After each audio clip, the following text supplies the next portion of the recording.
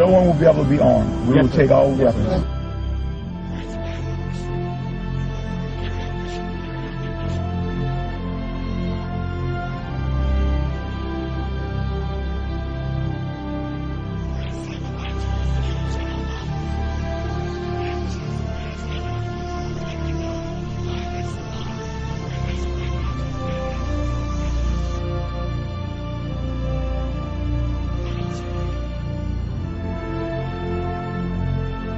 Every service member has an obligation, not just that they can refuse a legal order or an unlawful order. They have an obligation to. They have to.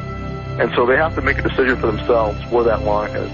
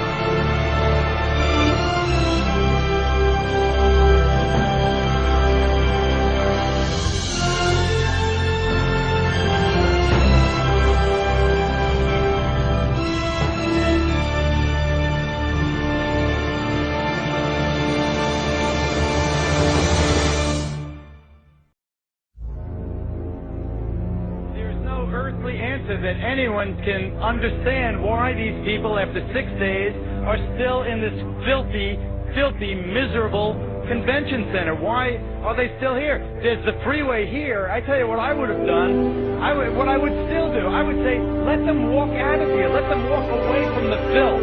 Let them walk away from the devastation. Let them walk away from the dead bodies in here. Let them walk out of there because I'm standing right above that convention center. And what they've done is they've locked them in there. The government said, you go here and you'll get help. Or you go in that Superdome and you'll get help. And they didn't get help. They got locked in there and they watched people being killed around them. And they watched people starving. And they watched elderly people not get any medicine. And now they know it's happening because we've been telling them repeatedly over and over every day. And you know what they're doing now? And I'm not blaming anyone. I'm telling you what's happening. They have set up a checkpoint at the bottom of this bridge. This is the bridge that takes you from New Orleans over into Gretna, from Orleans Parish into Jefferson's Parish.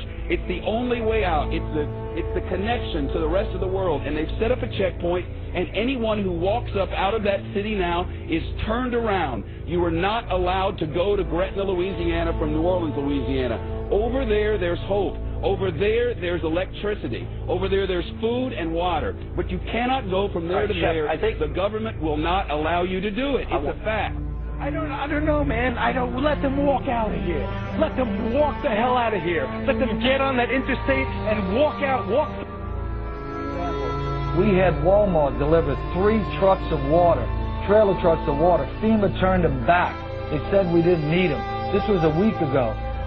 FEMA, we had 1,000 gallons of diesel fuel on a Coast Guard vessel docked in my parish. The Coast Guard said, come get the fuel right away. When we got there with our trucks, they got a word. FEMA says, don't give you the fuel.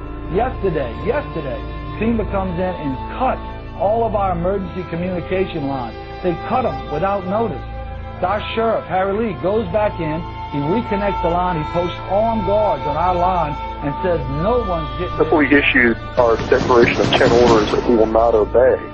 And what those are designed to do is to get the troops thinking ahead of time about where their line in the sand is in advance. And that's what we're hearing in feedback from people in National Guard units is that in Katrina, that's kind of what happened, is the police and the military there, the National Guardsmen, were caught off guard and really hadn't thought about it in advance. Walking up and down these streets, you don't want to think about the stuff that you're going to have to do. Somebody pops around the corner.